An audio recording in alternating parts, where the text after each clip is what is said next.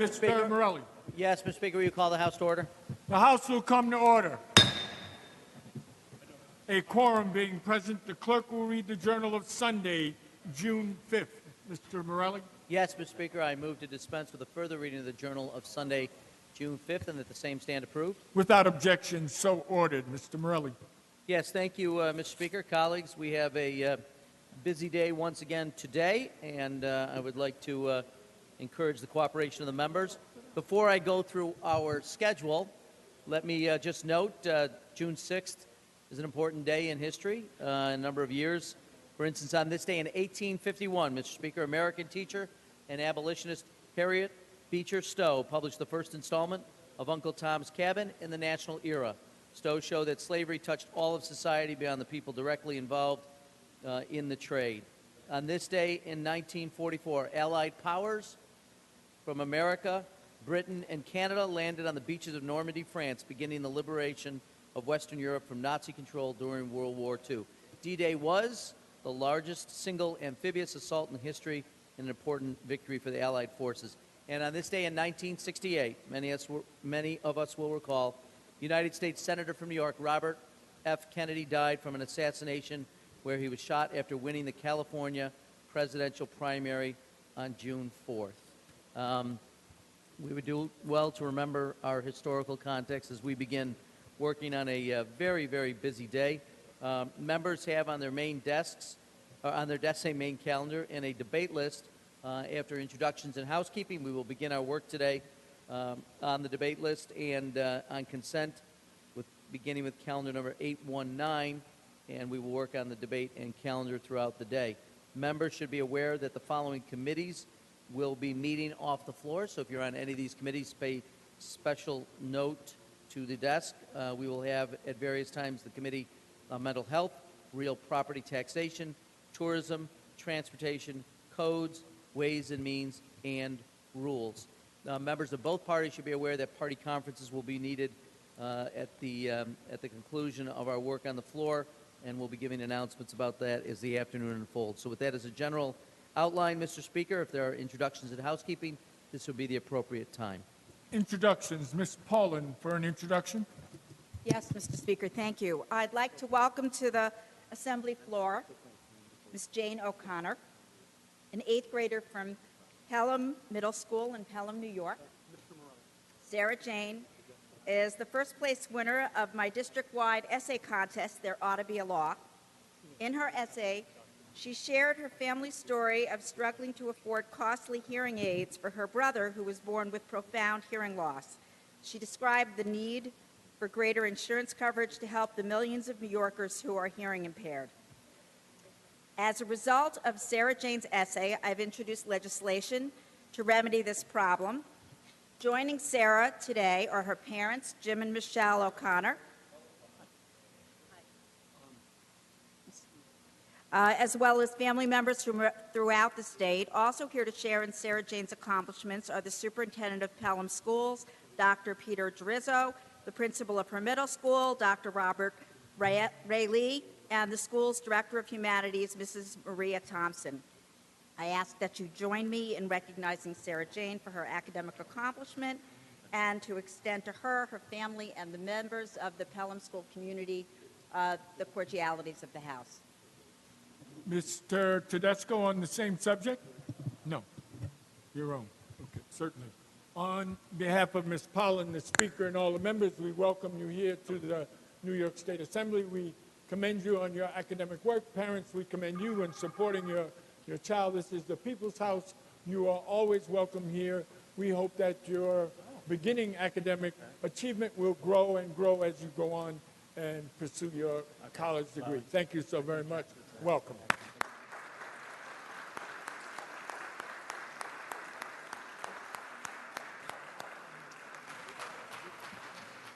Ms. Jaffe for an introduction. Thank you, Mr. Speaker. Today, June 6, 2016, marks the 20th anniversary of the Concerned Clergy for Choice. This is a multi-faith, nonpartisan network that is dedicated to ensuring access to reproductive health services and education, paramount to women's reproductive health choices. I would like to introduce members of the concerned Clergy for Choice. Please stand up. Thank you. We have Reverend Joel Miller from Canton, Reverend Craig French from the United Methodist Church in Syracuse, Reverend Lorena Will from Presbyterian Church in Ogdensburg, Reverend Finley Schaaf and Nancy Schaaf from the United Methodist Church in Saugerties, Reverend Stacy Midge from the Reformed Church in America from Schenectady, and Rabbi Erwin Goldenberg from New York City. Thank you. Mr. Speaker, I want to thank these concerned clergy for choice for their commitment to ensuring reproductive health services and women's reproductive health choices. Would you please Certainly. welcome them to the House? On behalf of Ms. Jaffe, the Speaker, and all the members, we welcome you here to the New York State Assembly. We extend to you the privileges of the floor. This is the People's House. You are always welcome. Thank you for joining us today.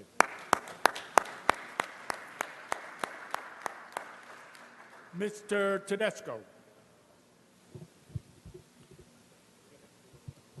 Mr. Speaker, I'd like to introduce to the floor and the body today a good friend of mine who has been here the last 3 or 4 days, the end of last week, and now she's here today. She's from the town of Florida, and her name is Denise Crone, and she's a part of the Crone family. Tomorrow, as you know, my colleagues and I will commemorate the 6th Annual Animal Advocacy Day. And they'll be bringing in some of their furry friends that give them so much unconditional love, are a big part of their families. And we'll be discussing some of the pieces of legislation that we as representatives should be taking very seriously, because we're here in the New York State Legislature to represent every part of our family. Those who have the most powerful voices, those who have the middle voices, those who have the lowest of voices, and those who are silent and have no voices. And those are our companion pets and all of our animals who, in many instances, we find individuals who abuse them, who torture them, who provide cruelty against them. And I don't care if we're talking about a woodchuck, a porcupine, which we've seen in the region recently, kids going out there and clubbing 11 of them. They're all God's creatures. And we should be able to know we can walk and chew gum at the same time, take care of our senior citizens, take care of our kids and provide a good education and funding for them, take care of our economy, but also take care of what the FBI has pushed up to an A level in terms of an indicator that they're going to go on and hurt human beings. Those individuals who perpetrate torture and abuse against all types of animals, including companion pets. And tomorrow we have the opportunity to stand up to them and have a voice for them. Denise Crone is here to be a voice for them.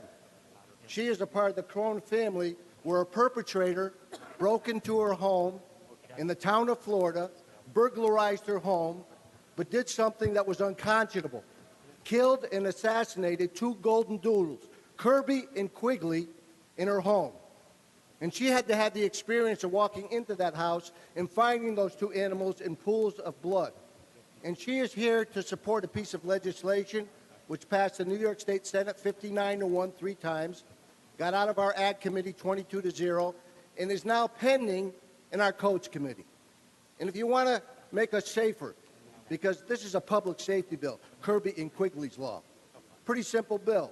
And she's been here to support it and stand here and wait to see what the Codes Committee has to say. It says if you burglarize or commit a felony, during the course of that felony, if you injure, harm, or kill an animal, a companion pet, or any other animal, that's another felony. There were 3 crimes on that day.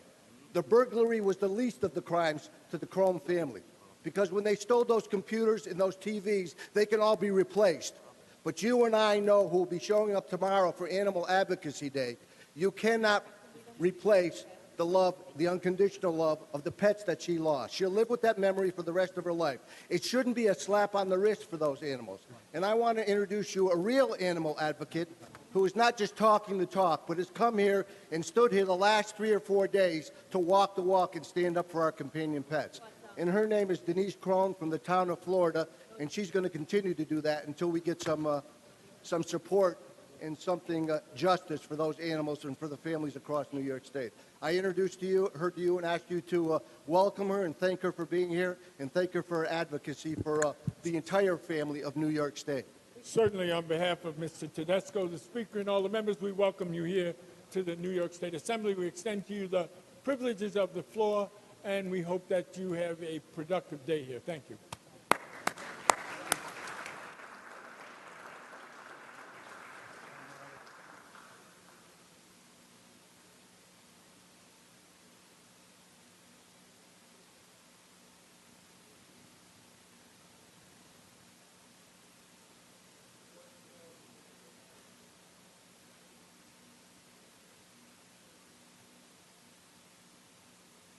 Mr. Benedetto.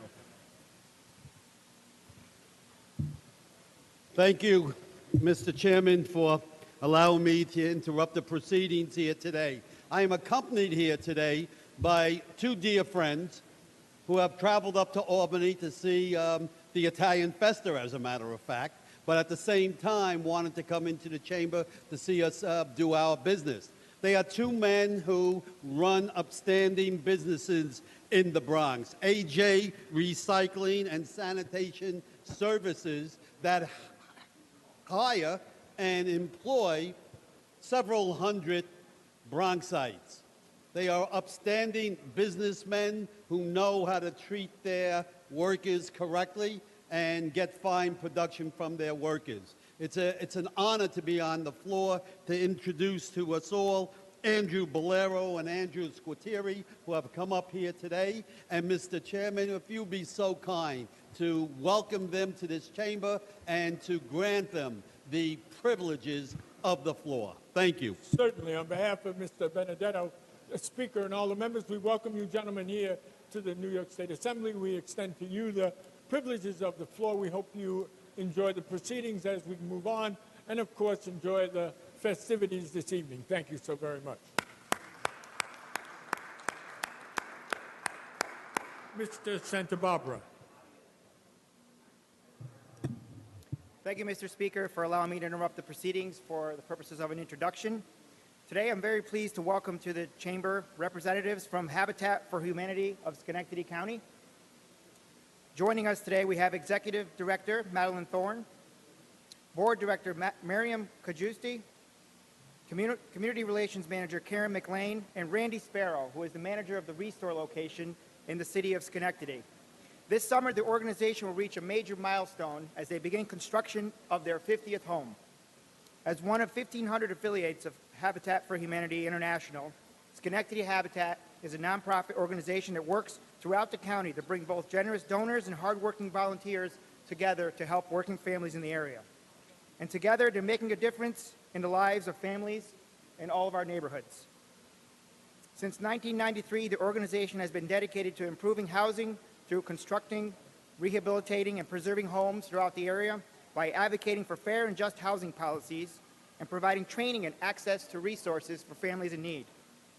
The organization recently joined the 300 Habitat organizations nationwide to take part in National Women Build Week, a program where thousands of women dedicate at least one day to build and raise awareness for the cause of affordable housing. Schenectady Habitat continues to empower families to become a permanent part of our community, and later today we'll be taking up a resolution marking the construction of their 50th home in the area, and we congratulate them and commend them for that. But for now, Mr. Speaker, if you would welcome them to the chamber and extend to them all the cordialities of the House. Certainly, on behalf of Mr. Santa Barbara, the Speaker, and all the members, we welcome you here to the New York State Assembly. We extend to you the privileges of the floor. We hope your trip here has been beneficial. Thank you for the work you do for our communities. Please come again.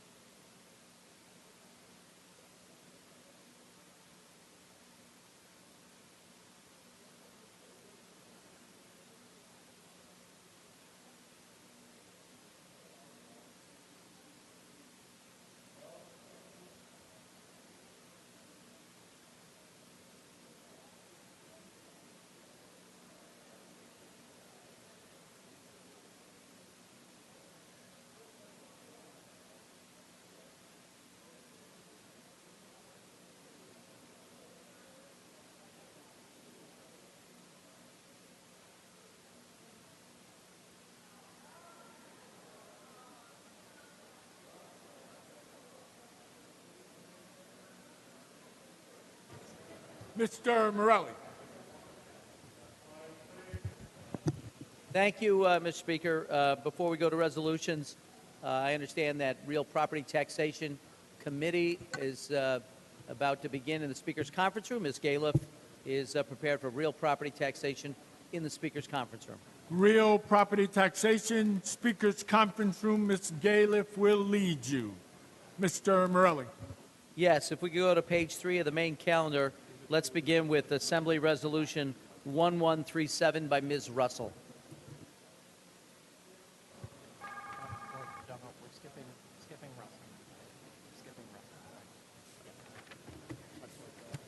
Mr. Speaker, I apologize. I misspoke. We're going to begin with Resolution 1448 by Mr. Garbarino. Clerk will read. Resolution number 1448, rules at the request of Mr. Garbarino. Legislative resolution memorializing Governor Andrew M. Cuomo to proclaim May 2016 as Rohat Disease Awareness Month in the state of New York. On the resolution, all those in favor signify by saying aye. Signify by saying aye. Opposed, no. The resolution is adopted. Resolution number 1449, rules at the request of Mr. Den Decker. Legislative resolution memorializing Governor Andrew M. Cuomo to proclaim June 6, 2016 as Italian American Day in New York State. On the resolution, all those in favor signify by saying aye. Opposed, no. The resolution is adopted. Resolution number 1450, rules at the request of Mrs. Arroyo. Legislative resolution memorializing Governor Andrew M. Cuomo to proclaim June 5th through the 12th, 2016 as Puerto Rican Week in the state of New York. On the resolution, all those in favor signify by saying aye. Opposed, no. The resolution is adopted. Resolution number 1451, rules at the request of Mr. Titone. Legislative resolution memorializing Governor Andrew M. Cuomo to proclaim June 5th through the 11th, 2016 as Pet Week in the state of New York. On the resolution, all those in favor signify by saying aye. Opposed, no. The resolution is adopted. Resolution number 1452, rules at the request of Mrs. Gunther. Legislative resolution memorializing Governor Andrew M. Cuomo to proclaim September 11th through the 17th, 2016 as Direct Support Professionals Recognition Week in the state of New York. On the resolution, all those in favor signify by saying aye. Opposed, no. The resolution is adopted. Resolution number 1453, rules at the request of Mr. Murray. Legislative resolution memorializing Governor Andrew M. Cuomo to proclaim October 2nd through the 8th, 2016 as Crime Stoppers Week in the state of New York. On the resolution, all those in favor signify by saying aye. Opposed, no. The resolution is adopted. Resolution number 1454, rules at the request of Mr. Miller. Legislative resolution memorializing Governor Andrew M. Cuomo to proclaim October 10th, 2016 as Mental Health Day in the state of New York in conjunction with the observance of World Mental Health Day. On the resolution, all those in favor signify by saying aye. Opposed, no. The resolution is adopted.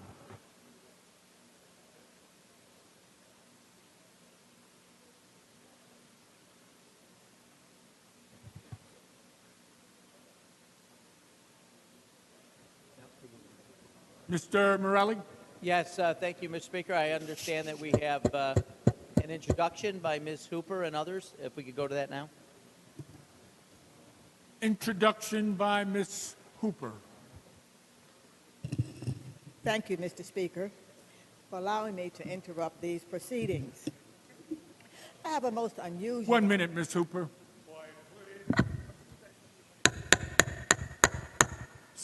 Conversations on the side, please cease.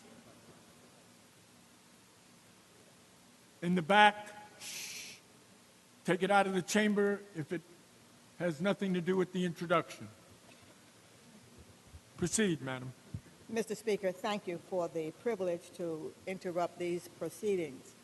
I have the pleasure of introducing one of the most august and distinguished organizations, not only in the United States, but internationally, certainly in the state of New York and all of the counties, of which I am a member and proud to be. We're being joined today by different chapters of the Delta Sigma Theta sorority, who represent the epitome of womanhood. Not only does this organization represent what we in the legislature strive to achieve, such as education, economic development, civil rights, and certainly preparing our youth for the future, but they also are very dignified professional women who reach back and bring along those who are less fortunate and embrace those who are just as fortunate, who can carry us into the next generation. Would you be kind, Mr. Speaker, to extend the cordialities of this House to this most distinguished organization, my sorority, of which I'm honored to be a member, who have joined us today to observe government in action, to share with us their enlightened ideas as to how we may proceed, so that we may also join with my sorority and my sorors as we prepare again to make things better in our respective communities. Thank you. Ms. Robinson on the same subject. Mr. Speaker, I too join with my sister in Delta Sigma Theta. My colleagues, it is indeed my pleasure to have with us in the chamber today the women of Delta Sigma Theta sorority, incorporated, founded in 1913 on the principles of sisterhood and public service. We have women from the top of the state to the shores of Long Island. These women, as it has been expressed by my colleague, are distinguished in their own right. And we would ask that you would accord them the cordialities of this House as they have come to see and hear and understand government in action. Ms. Bachat on the same subject.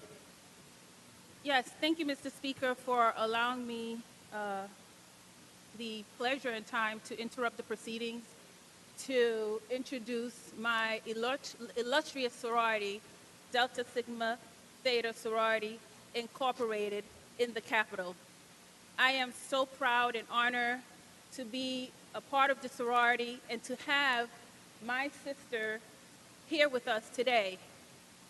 As my sorority sisters in government, Deputy Earlene Hooper, Assemblywoman Annette Robinson, and Assemblywoman Alicia Hyman has mentioned, our sorority has been civically engaged for a very long time, over 106 years, where we participated. Our first act in civic engagement was part of the women's suffrage in March 1913. Also, would like the chamber to know that we have notable sorority members that came from the assembly, like Shirley Chisholm, our late Shirley Chisholm, who was not only an assembly person, but she was the co-founder of the Black, Puerto Rican, Hispanic, and Asian Caucus, which is over a half a century ago. Shirley Chisholm, as you know, also was the first Black woman to serve in Congress and was the first woman to run for president in a major party. We also have Soror Dorothy Heights, who was acclaimed to be a civil rights leader and received the Presidential Freedom Medal Award, which is the highest civilian award. Our sorority focuses on 5-point programmatic thrusts: education, economic, development, political awareness, social action, and international awareness. We are also here wearing red, not to only celebrate our sorority, but we also representing a resolution that we had recently introduced around the missing girls in Nigeria, in Chibok, Nigeria. Over 276 girls are missing. And as we wear our red, we think of these these young girls in Nigeria, our sisters, and we want to bring our girls back. Mr. Speaker, I do want to introduce some of the members who are here today and the chapters. We have members from Albany Alumni Chapter. We have members from Brooklyn Alumni Chapter. We have members from East Kings County Alumni Chapter. We have members from Queens County Alumni Chapter, North Manhattan Alumni Chapter, Nassau Alumni Chapter, Suffolk Alumni Chapter, Westchester Alumni Chapter, and Syracuse Alumni Chapter. We also have with us Ms. Donna Bullock, who's the New York Upstate Regional Coordinator, Ms. Denise Johnson-White, who's the Regional Social Action Coordinator. We also have the New York Metro Social Action Coordinator, Ms. Judith Joseph Jenkins. We also are gathered by a couple of presidents from chapters. We have Sheila Beverly Skinner, who is the president of my chapter, Brooklyn Alumni Chapter. We also have Sora Mitzi, who is the president of Albany Alumni Chapter. So, Mr. Speaker, it is with great pleasure, again, to be in the House with my sorors, with my sisters in government, to celebrate this day, the fight, the legacy. And we are women who stand on principle. We are the largest sorority in the entire world, 250,000 strong, with international chapters, where Haiti was the first chapter that was adopted. I'm just really happy to be among these beautiful women. These women help encourage me to run for office. So please extend a warm welcome to my sorority sisters. Delta Sigma Theta Sorority Incorporated. Ms. Hyman. Thank you, Mr. Speaker. So my sorors have already said everything that needs to be said, but I will add that this is going to be a continuous Delta Advocacy Day in Albany, because every assembly district has Deltas in your district. And these women are powerhouse in the advocacy. They, for behalf of the women and children and families on education, economic empowerment throughout the state of New York, throughout the country, and throughout the world. I am honored to be part of Delta Sigma Theta Sorority Incorporated, and to Annette Robinson, Assembly Member, who this is her last session.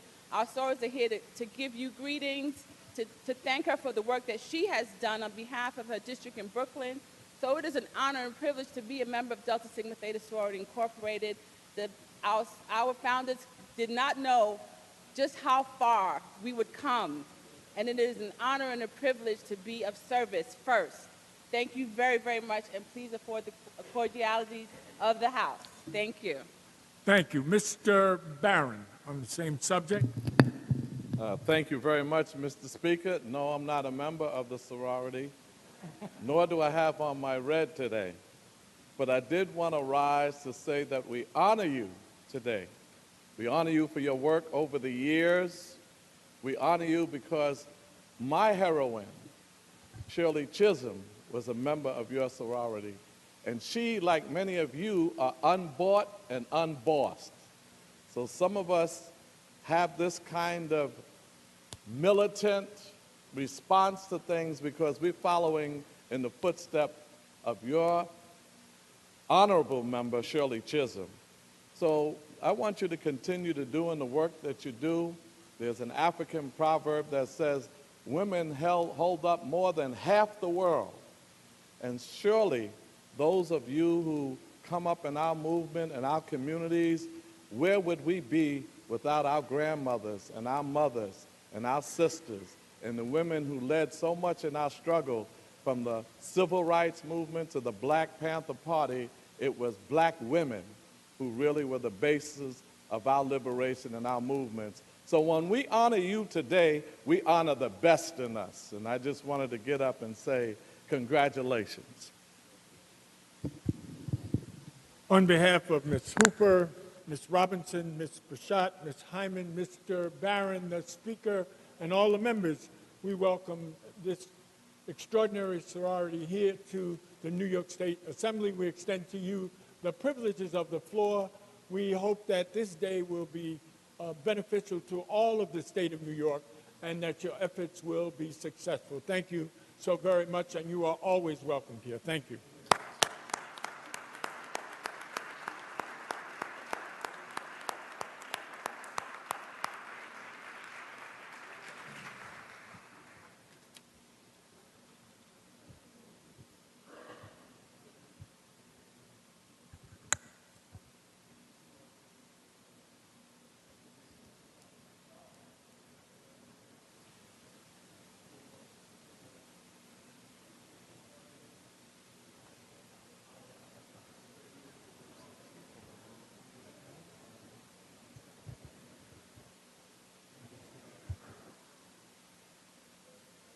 Mr. Morelli. Thank you, Mr. Speaker. If we go to page 64 of the main calendar, I'd like to begin consenting with calendar number 819 by Mr. Butler. Clerk will read. Assembly 9377, Calendar 819, Mr. Butler, an act to amend Chapter 549 of the laws of 2005. Home rule message is at the desk. The bill is laid aside. Assembly 9415, Calendar 820, Ms. Gunther, an act to amend the tax law. Read the last section. This act shall take effect immediately. The bill is laid aside. Assembly 9509, Calendar 821, Ms. Barrett, an act to amend the executive law. Read. The bill is laid aside. Assembly 9514A, Calendar 822, Mr. Gottfried, an act to amend the public health law.